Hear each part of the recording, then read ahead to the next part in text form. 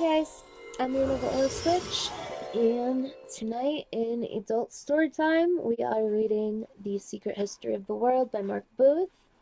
We're on chapter 3, so if you are not caught up, be sure to go to my channel and watch chapter 1 and 2. But with this book, you don't really have to start from the beginning, so feel free to stay. Either way, this is not a book that you want to miss out on. So, just to catch you up, if you are new to my channel, Adult Storytime is just a playlist that I have here. But it's essentially an audiobook that you can listen to while you're doing anything or even falling asleep to, and your subconscious will suck up all of this awesome energy. So, I meant awesome information, but energy too. So, the other book that we are reading right now on Adult Storytime is Breaking the Habit of Being Yourself by Dr. Joe Dispenza. He is a genius and he is blowing up right now in the manifesting and law of attraction community. So, be sure to ring that bell so that you never miss a video of pick card readings or Adult Storytime. Alright, guys, here we go. Secret History of the World by Mark Booth. Chapter 3, The Garden of Eden. The Genesis Code, Enter the Dark Lord, the Flower People. Science and religion agree that in the beginning, the cosmos moved from a state of nothingness to the existence of matter. But science has very little to say about the mysterious transition, all of it highly speculative. Scientists are even divided on whether matter was created all at once or whether it continues to be created. By contrast, there was remarkable unanimity among the initiate priests of the ancient world. Their secret teachings are encoded in the sacred text of the world's greatest religions. In what follows, we will see how a secret history of creation is encoded in the most familiar of these texts. Genesis, how a few of its phrases can be opened up to reveal extraordinary new worlds of thought, mighty vistas of the imagination. And we shall see, too, that the secret history chimes with the secret teachings of other religions. In the beginning, there precipitated out of the void matter that was finer and more subtle than light. Then came an exceptionally fine gas. If a human eye had been looking at the dawn of history, it would have seen a vast cosmic mist. This gas, or mist, was the mother of all living, carrying everything needed for the creation of life. The mother goddess, as she was sometimes also called, was metamorphosed in the course of this history and assumed many different forms, many different names, but in the beginning the earth was without form and void. Now for history's first great reversal of fortune. The Bible narrative continues. Darkness was upon the face of the earth. According to biblical commentators working within the esoteric tradition, this is the Bible's way of saying that the mother goddess was attacked by a searing dry wind that almost extinguished the potential for life altogether. Again, to a human eye, it would have looked as if the gently interweaving mists that had first emanated from the mind of God were suddenly overtaken by a second emanation. There was a violent storm like some rare and spectacular phenomena observed by astronomers, the death of a star perhaps, except that here in the beginning it would have been on a completely overwhelming scale that filled the entire universe. So this is what it would have looked like to the physical eye. But to the eye of the imagination, this great cloud of mist and the terrible storm that attacked it can be seen to cloak two gigantic phantoms. Before we try to make sense of this ancient history of the cosmos, or to understand why so many brilliant people have believed in it, we must try to absorb it in the form it would have been presented in ancient times. As a series of imaginative images, it is important to let these images work on our imaginations in the same way the initiate priests intended them to work on the imagination of the candidate for initiation. A few years ago I found myself falling into conversation with one of the legendary figures of London's gangland, a man who had helped spring a villain called Frank the Mad Axeman Mitchell from a psychiatrist's prison, and then, according to the stories, gone a bit mad himself. He killed the Mad Axeman in the back of a van with a sawn-off shotgun, then bathed in his blood, laughing. But his most vivid memory, the one he personally found the most chilling, was also his earliest. He remembered a fight he must have seen when he was perhaps just 2 or 3 years old.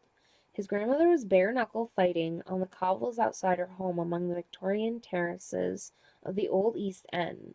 He remembered the gaslight on the wet cobbles and flying spittle, and how his grandmother resembled a giantess, lumbering but supernatural in strength.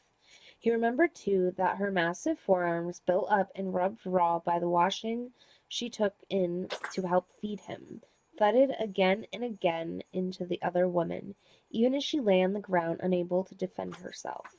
We must try to imagine something similar as we contemplate the two titanic forces locked in combat at the beginning of time.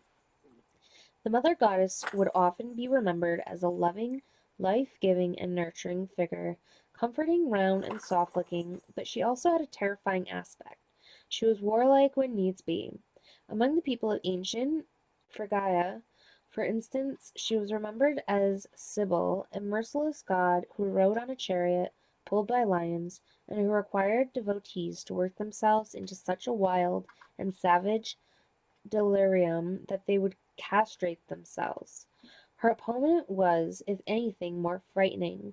Long and bony, his skin was a scaly white, and he had glowing red eyes. Swooping low over Mother Earth, the Dark Lord was armed with a deadly scythe, giving away his identity to anyone who hasn't already guessed it. For if the first emanation from the mind of God would metamorphose into the goddess of the earth, the second emanation would become the goddess Saturn. Saturn would trace the limits of the solar system. In fact, he was the very principle of limitation. What Saturn's intervention introduced into creation was the potential for individual objects to exist, and therefore the transition from formlessness to form. In other words, because of Saturn, there is a law of identity in the universe by which something exists and is nothing else, and neither is anything else it. Because of Saturn, an object occupies a certain space at a certain time, and no other object can occupy that space, and neither can that object be in more than one place at one time. In Egyptian mythology, Saturn was Ptah, who molds the earth on a potter's wheel, and in many mythologies, Saturn's title is Rex Mundi, king of the world, or prince of this world, because of his control of our material lives. If an individual entity can exist through time, then by implication it can cease to exist too. This is why Saturn is the god of destruction. Saturn eats his own children. He is sometimes portrayed as Old Father Time and sometimes as Death himself. Because of Saturn's influence, everything that lives contains the seeds of its own end, and it is because of Saturn that what feeds us also destroys us. Death is in everything in the cosmos, woven into the bright blue sky, a blade of grass, the pulse of a baby's fontanelle, the light in a lover's eye. Because of Saturn, our lives are hard. Because of Saturn, every sword is double-edged, and every crown a crown of thorns. If we sometimes feel our lives almost too hard to bear, if we bruise and if we do cry out to the stars in despair, it is because Saturn pushes us to our limits. And it could have been worse. The potential for life in the cosmos could have been extinguished even before birth. The cosmos would have remained through all eternity a place of endless sifting of dead matter. In the course of this history, we will see that Saturn has returned at different times and in different guises to pursue his aim of mummifying humanity and squeezing the life out of it. At the end of this history, we will also see that his most decisive intervention, an event long predicted by the secret societies, is expected to take place shortly. In Genesis, the evil ones attempt to nullify God's plans at birth. This first act of rebellion, of a thought being against the mind that emanated it, is dealt with in just one short phrase. But as we have already suggested, the Bible is not here dealing with a scale of time we would recognize today. Saturn's tyranny over Mother Earth, his murderous attempt to squeeze all potential for life out of the cosmos, continued over vast periods immeasurable to the human mind. His tyranny was eventually overthrown, and Saturn, if not entirely defeated, was kept in check and confirmed to his proper sphere. Again, Genesis tells us how this came about. And God said, "Let there be light," and there was light. Light was pushing back the darkness that had been brooding over the waters. How was this victory achieved? Of course, there are two accounts of creation in the Bible. The second, at the start of the Gospel of St. John, is in some respects fuller, and it can help us to decode Genesis. But before we can continue to decode the biblical story of the creation, we must deal with a sensitive issue. We have already started to interrupt Genesis in terms of the earth goddess and Saturn. Anyone brought up one of the great monotheistic religions will naturally feel some resistance to this. Surely this polytheistic belief in the gods of stars and planets is characteristic of more primitive religions like those of the ancient Egyptians, Greeks, or Romans. Conventionally minded Christians may wish to stop reading now. Today's church preaches an extreme and radical monotheism. This is perhaps partly because of the dominance of science. In science-friendly Christianity, God has been reduced to an undifferentiated and undetectable immanence in the universe, and spirituality is nothing more than a vague and fuzzy feeling of at-oneness with this immanence. But the historical reality is that Christianity has roots in older religions of the region in which it arose, and all of these were polytheistic and astronomical. The beliefs of early Christians reflected this. For them, spirituality meant commerce with actual spirits. Christian churches, from the cathedral at Chartres and St. Peter's in Rome to small parish churches all over the world, have been built on the sites of ancient holy wells, sacred caves, temples, and mystery schools. Throughout history, certain sites like these have been regarded as portals for spirits, cracks in the normal fabric of the space-time continuum. The science of astroarchaeology has demonstrated that these portals are aligned with astronomical phenomena intended to funnel influx from the spirit worlds at propitious times. At Karnak in Egypt, at sunrise on the winter solstice, a thin ray of light would enter the portals of the temple and travel 500 yards through courtyards, halls, and passages until it penetrated the darkness of the Holy of Holies. It may surprise some Christians to learn how far this tradition has continued. All Christian churches are astronomically aligned, normally due east on the saint's day to which the church is dedicated. Great cathedrals from Notre Dame in Paris to the Sagrada Familia in Barcelona are covered with astronomical and astrological symbols.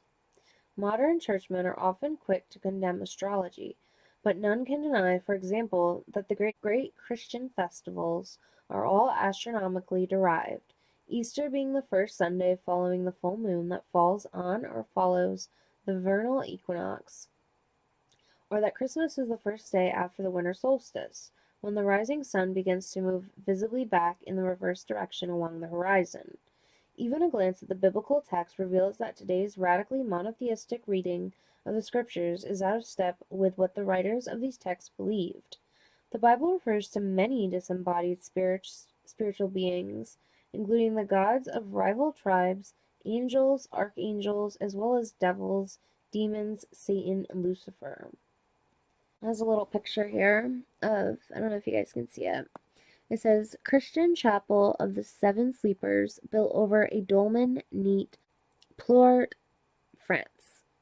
So it's a little cathedral in France. And then this picture here, that's one thing that I love about this book, as pictures. But adult story time is for those of you who don't enjoy reading yourselves, so that you can still get this knowledge that is necessary. So, this is beautiful astronomical symbolism on the exterior of Notre Dame Cathedral, Paris. And I am betting that this book was written before that was burnt down. All religions taught that mind came before matter. All understood creation as taking place by a series of emanations, and this series was universally visualized as a hierarchy of spiritual beings, either gods or angels. A hierarchy of angels, archangels, and so on was always a part of church doctrine, alluded to by St. Paul, elucidated by his pupil St. Dionysius, codified by St. Thomas Aquinas, and vividly imagined in art by Jan van Eyck, and in literature by Dante. These doctrines are often overlooked and disregarded by modern Christianity, but what church leaders have been actively determined to suppress, what has been reversed by esoteric teaching, is that different orders of angels are to be identified with the gods of the stars and planets. Though it hasn't filtered down to the wider congregation, biblical scholarship acknowledges that the Bible contains many passages that should be understood as referring to astronomical deities. For example, Psalms uh,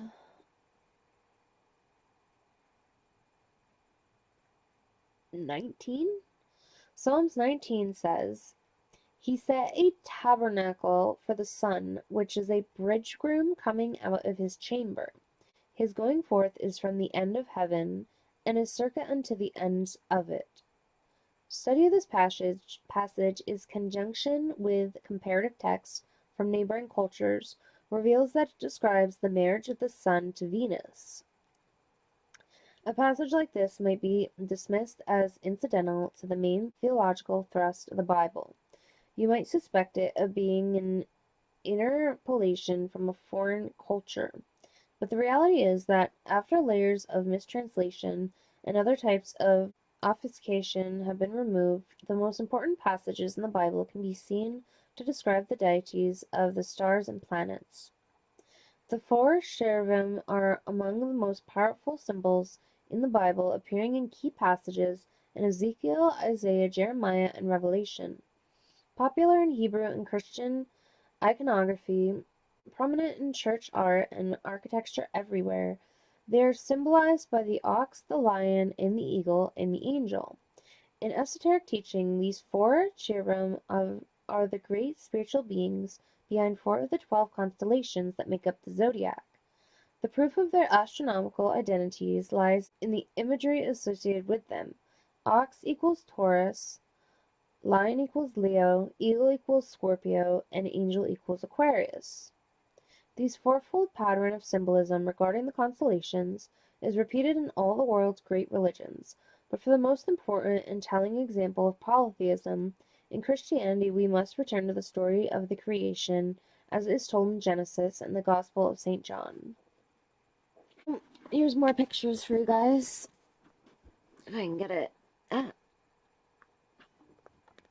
So that is on the left, probably the right for you guys because the way the camera is the 4 cherubim of Ezekiel's dream in Raphael's painting. And on the right, which again, probably the left for you guys, is the combination of the cherubim, the tetramorph, in Hindu mythology. Nice, nice. So, Genesis 1:26 is usually translated as, In the beginning, God made heaven and earth. But in fact, any biblical scholar will admit, even if only when pressed, that the word Elohim here translated as God is plural. The passage properly reads, In the beginning, the gods made heaven and earth. This is a rather puzzling anomaly that clergymen outside the esoteric tradition tend to turn a blind eye to.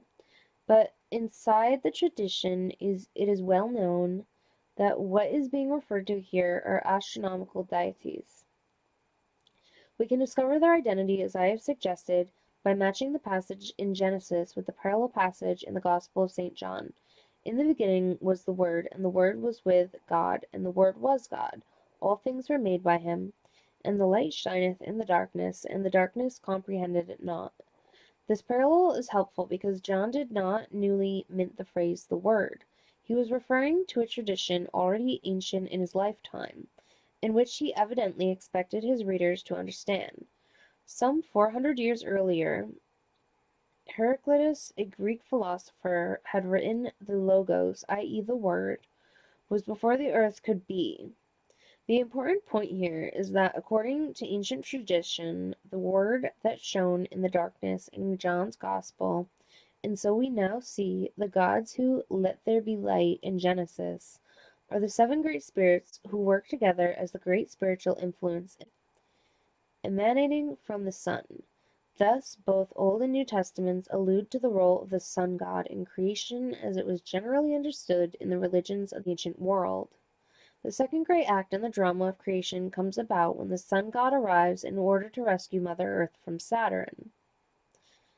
And this here, see those two little beings there? That is the depiction of Apollo from a Roman scripture. In the ancient world, the sun god was typically depicted emanating 7 rays as a mark of the 7 sun spirits that make up his nature. In the Egyptian Book of the Dead, they are known as the 7 spirits of Ra, and in ancient Hebrew tradition as the 7 powers of light. Exactly the same sun god imagery is used to depict Christ in the very earliest Christian art. Here is a mosaic of the 3rd century in the Vatican grottos. So, again, in the eye of imagination, the sun is a beautiful and radiant young man with a leonine mane. He rides a chariot, and he is a musician. He has many names. Krishna in India, Apollo in Greece.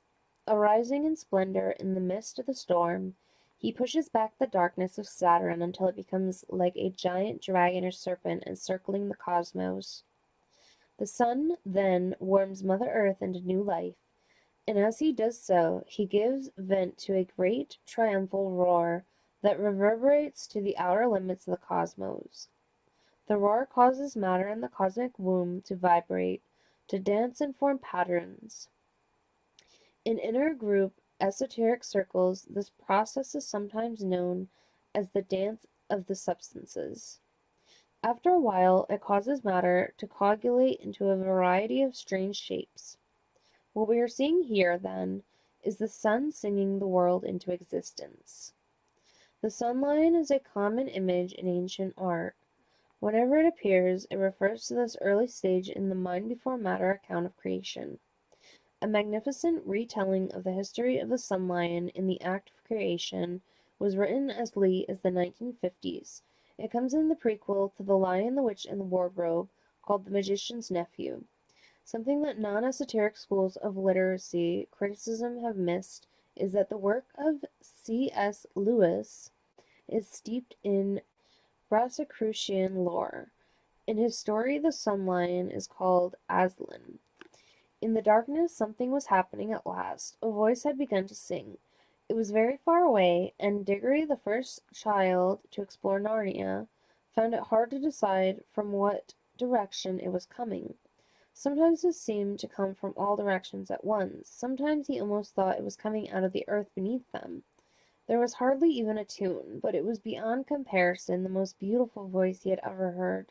It was so beautiful he could hardly bear it. The eastern sky changed from white to pink, and from pink to gold. The voice rose and rose, till the air was shaking with it. The lion was pacing to and fro about that empty land, and singing his new song. And as he walked and sang, the valley grew green with grass. It spread out from the lion like a pool. It ran up the sides of the hills like a wave. What the teachers of the mystery schools meant to indicate by the victory of the sun god was the momentous transition from a purely mineral cosmos to a cosmos burgeoning with plant life. In the earliest and most primitive form of plant life, according to the mystery tradition, single germs were joined together in vast floating structures like webs that filled the whole universe. In commentaries on the Vedas, the sacred books of India, this stage of creation is described as the net of Indra, an infinite net of luminous living threads, perpetually interweaving, coming together like waves of light, then dissolving again. Time passed, and some of these threads began to weave together more permanently. the light streams dividing into tree-like forms. An imaginative impression of what this was like can perhaps be got by remembering what it was like as a small child to visit a great hothouse like the ones that Alice Liddell, the girl who inspired Alice in Wonderland, liked to visit at Kew Gardens. Great tendrils stretched everywhere. Here are humid mists and a sunny luminous greenness. If you were able to land in the midst of all of this, and if you sat on one of the great green branches stretching out of sight, and if this great branch on which you were sitting suddenly stirred, you would have an experience like a hero in a fairy story sitting on a rock that moves, and reveals itself to be a giant. Because of the vast vegetable being at the heart of the cosmos, whose soft and luminous limbs stretched to all four corners of it, was Adam. This was paradise. Because there was yet no animal element to the cosmos, Adam was without desire and so without care or dissatisfaction. Needs were satisfied before they could even be felt. Adam lived in a world of endless springtime. Nature yielded an unending supply of food in the form of a milky sap, familiar to that which we find in dandelions today. Memorials to this blissful satisfaction have come to us in statues of the many-breasted mother goddess. As time went on, the plant forms became more complex, more like the plants of today. Again, if you had been able to see this period in the history of the cosmos with the physical eye, you would have been struck by the myriad fluttering, palpitating flowers. We have suggested that the secret history of creation shadows the scientific history of creation in intriguing ways. We have just seen, for example, how a purely mineral stage of existence has been followed by a primitive plant stage, followed by an era of more complex plants. But there is a vital difference I must draw to your attention. In the secret history, not only is it true to say that what eventually evolved into human life passed through a vegetable stage, but the vegetable element remains an essential part of the human being today. If you remove the sympathetic nervous system from the body and stood it up on its own, it would look like a tree. As one of Britain's leading homeopathic healers put it to me, in a rather beautiful phrase, the sympathetic nervous system is the gift of the vegetable kingdom to the physical body of man. Esoteric thought all over the world is concerned with the subtle energies that flow around this vegetable part of the body, and also with the flowers on this tree. The chakras, which operate, as we shall see, as its organs of perception. The great center of the vegetable component of the human body, feeding on the waves of light and warmth radiating from the sun, is the chakra of the solar plexus, called solar because it was formed in this, the era controlled by the sun. Awareness of this vegetable element in the human body has remained greatest among the peoples of China and Japan. In Chinese medicine, the energetic flow of this vegetable life force, called qi, is understood to animate the body, and disease arises when the delicate network of energies becomes blocked. The fact that the flow of this energy is undetectable by modern materialistic science, the fact that it seems to operate in some elusive realm between the human spirit and the meat of the animal body, does not make the medicine any less effective, as generation upon generation of patients attest. As well as in medicine, the Chinese and Japanese tend to lay great emphasis on the role of the solar plexus in spiritual practice. If you contemplate a statue of a meditating Buddha, you will see someone who has gathered himself inward, and that the center of this meditation has his center of mental and spiritual gravity is his lower belly. This is because he has withdrawn from the rigid, deadly mentality of the brain and sunk down into the center within himself, sometimes called the hara. This is connected with all life. He is concentrating on becoming more aware of being alive, of his unity with all living things. Although the idea of chakras has become popular in the West because of an influx of Oriental strategic thought, the chakras are also central to the Western esoteric tradition and can be seen in both Egyptian and Hebrew thought. And just as Christianity contains a hidden tradition of gods of the stars and planets, so it also contains a hidden tradition of the chakras. The organs of the vegetable body are situated in nodes up and down its trunk. They are made up of different numbers of petals. The solar plexus chakra, for example, have 10 petals, and the brow chakra having 2 petals. The 7 major chakras situated at the groin, solar plexus, kidneys, heart, throat, brow, and crown feature in the 17th century writings of Jacob Boehm, in, as we will see later, in those of his near contemporary, the Catholic Saint Teresa of Avila, where they are called the eyes of the soul. Moreover, on closer inspection, the Bible itself can be seen to contain many coded references to the chakras. The horns with which Moses has traditionally been depicted are explained away by conventionally minded Christians as the result of a misunderstanding based on a mistranslation. But in the esoteric tradition, these horns represent the 2 petals of the brow chakra, sometimes called the third eye. The flowering rod of Aaron refers to the activation of the chakras, the opening of the subtle flowers up and down the subtle tree.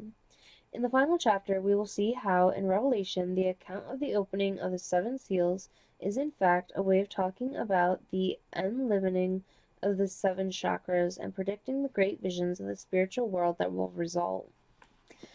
So, here again is pictures of the 7 chakras and where they are in the body, so the energy centers. I've actually started in my channel trying to refer to the chakras as energy centers because I feel like it's more relatable. I got the idea from Dr. Joe Dispenza. He never says chakra, he says 7 energy centers because he wants people to be able to relate so that they will, be more apt to feel comfortable in practicing this very very effective type of energy medicine. So we have the 7 chakras here, and it says Hindu illustration of the 7 major chakras, and for comparison, illustration by Joanne Gitchell to the writings on chakras by the 17th century Christian mystic Jacob Boehm. And then over here, it's in Hindu, and I can't read it, but it's comparison.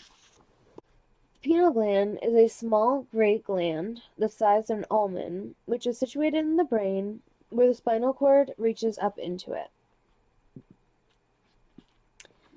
Side note, if you guys are not like sleeping or doing something else and you are still like listening, let me know in the comments below if you guys would like to learn more about how to decalcify your pineal gland and how to get that working, because the pineal gland is where your intuition really comes out from the heart chakra up to the third eye chakra, up through that throat chakra, that energy there. So it's really where your intuition comes through and where your natural psychic abilities that we all have as human beings comes through. When we are a child, the pineal gland is very large, and then as we grow and our imagination kind of shrinks, the pineal gland becomes calcified by things like fluoride in tap water and toothpaste and stuff like that. And there are ways to decalcify the pineal gland. So as I was saying, let me know in the comments if you'd be interested in a video on the pineal gland, what it does, and how you can, get yours activated again and decalcified. So, where were we? The pineal gland is a small gray gland the size of an almond, which is situated in the brain where the spinal cord reaches up into it. In esoteric physiology, when we have a hunch, our pineal gland begins to vibrate. And if spiritual disciplines are used to increase and prolong this vibration, this may lead to the opening of the third eye, situated, of course, in the middle of the brow. Modern anatomists only formulated a theory as to the function of the pineal gland in 1866, when 2 monographs were published almost simultaneously by H. W. de Graaf and E. Baldwin Spencer. Later it was discovered that the pineal gland is large in children, and around puberty, when we naturally become less imaginative, the pineal gland begins a process of calcification and also shrinks. As I just told you. Nice. Scientists now know that melatonin is a hormone, most of which is produced by the pineal gland, mostly at night. Melatonin is essential for the rhythm of waking and sleeping and the maintenance of the immune system. And that is why people who have trouble sleeping or have insomnia will take melatonin. I personally have strawberry flavored melatonin gummies that are the bomb. Just a little side tip from your Switch. Shoo. If modern science discovered the pineal gland relatively late, the ancients certainly knew of it very early on and also believed they understood its function. They knew, too, how to manipulate it to achieve altered states. The Egyptians clearly depicted it as Urias snake, and in Indian literature it is shown as the third eye of enlightenment, or the eye of Shiva. It was depicted as the pine-cone-topped wand of the followers of Dionysus, and a 4th century BC Greek anatomist described it as the sphincter which regulates the flow of thought. Here's another picture for you guys that says the third eye as a Urias snake in an Egyptian wall carving.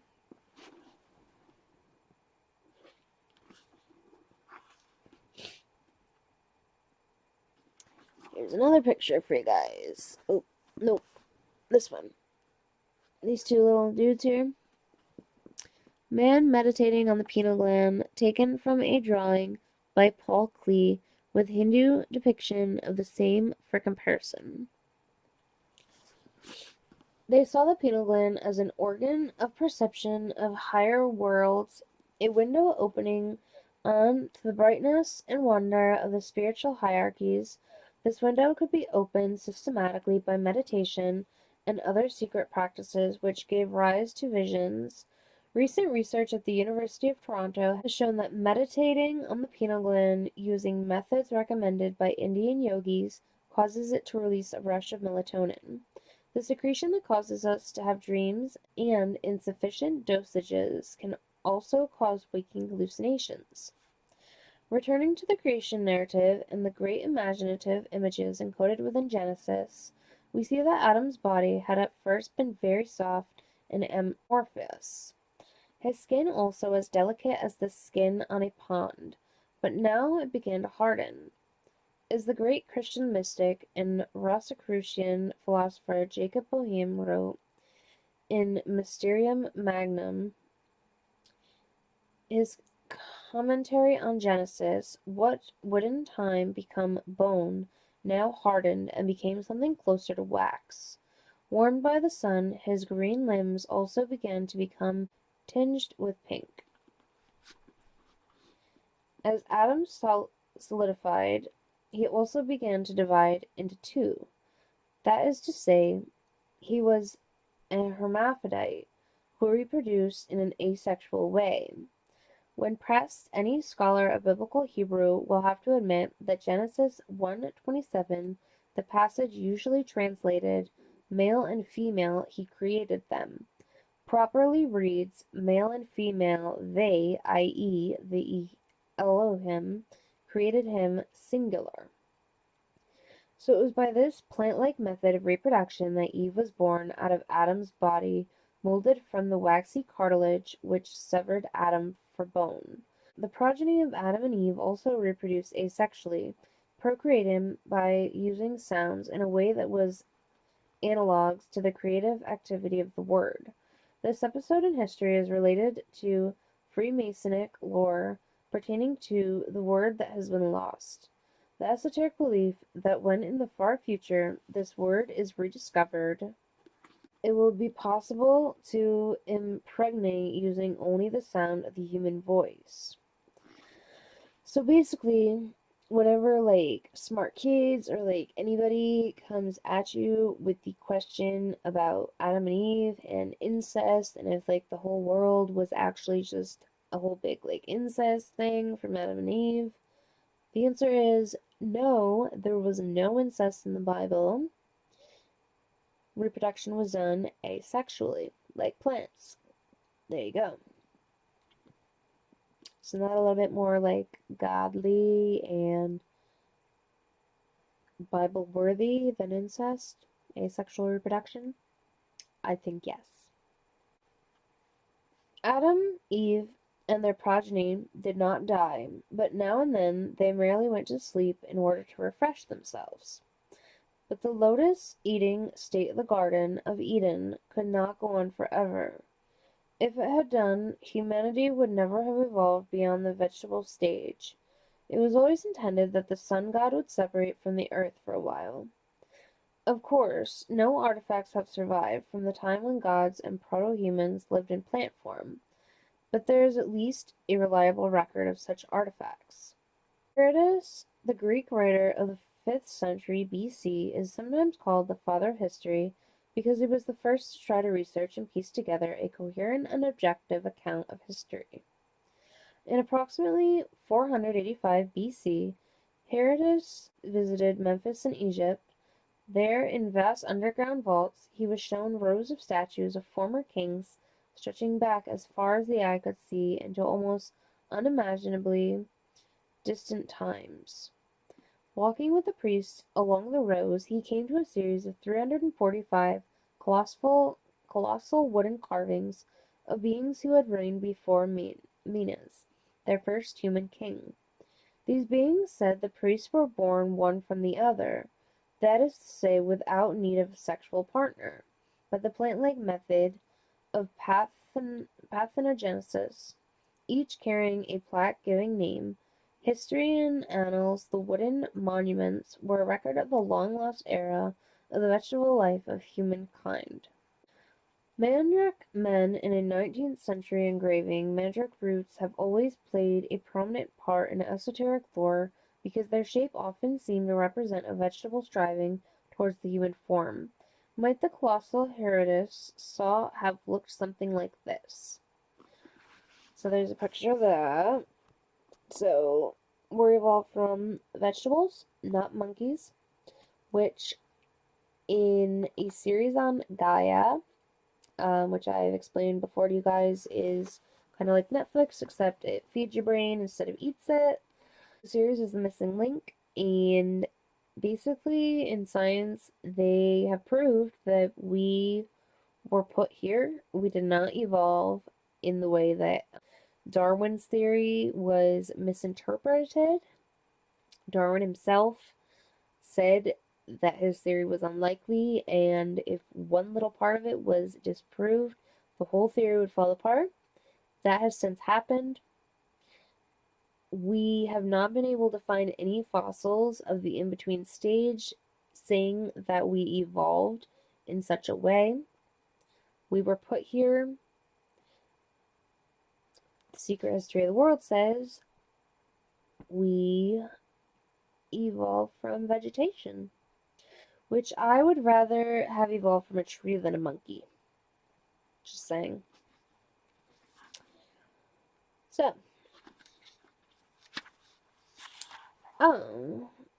that's it. That's the end of chapter 3.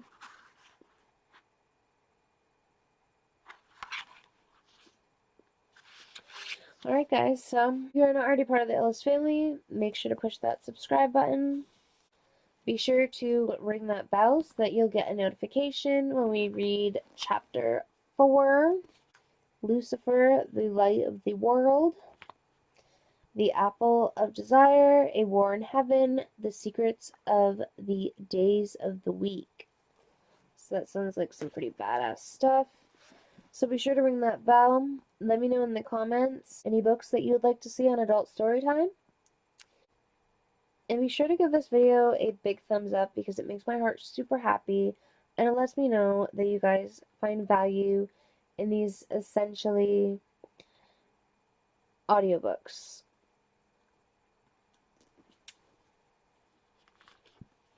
And it lets me know that you guys are enjoying listening to The Secret History of the World by Mark Booth.